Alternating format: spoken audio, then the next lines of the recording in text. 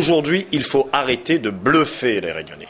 Les 80 millions d'euros par an pendant 40 ans nécessaires au fonctionnement du tram-train actuel ne seront pas abondés par l'État. Il n'y aura pas donc de dotation supplémentaire par l'État. Le Parti socialiste propose donc que le tram-train soit un projet pour tous les Réunionnais. Nous proposons de le faire en 2 phases. D'abord, un tram sur route pour toute la Réunion, allant de Saint-Joseph à Saint-Benoît en passant par Saint-Denis. Et dans une deuxième étape, nous passons sur le mode ferroviaire quand nous aurons déjà fait circuler le tram pour tous les Réunionnais.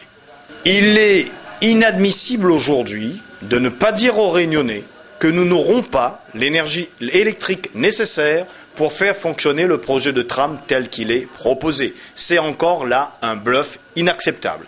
Nous mettrons, nous, en œuvre notre projet pour aller vers demain l'autonomie énergétique en matière d'électricité, avec l'énergie des mers, avec le photovoltaïque, et ce n'est qu'à ce moment-là, quand nous aurons l'énergie nécessaire en matière électrique, que nous pourrons passer au mode ferroviaire pour le tram-train pour toute la Réunion.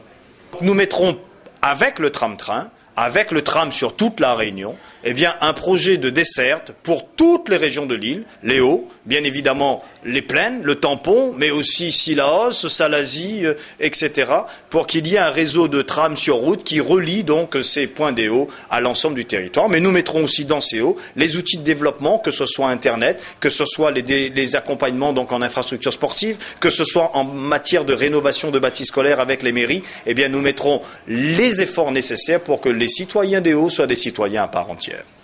La route du littoral sera engagée dès le lendemain de notre élection. Et parallèlement, nous mettrons en œuvre la route des plaines qui est obligatoire, parce que la route du littoral ne sera jamais sécurisée à 100% d'une part, et parce qu'avec la route des plaines, Saint-Pierre, Tampon, Saint-Benoît par les plaines, c'est une infrastructure indispensable pour le rééquilibrage du territoire et pour le développement de l'Est et du Sud qui en ont grandement besoin.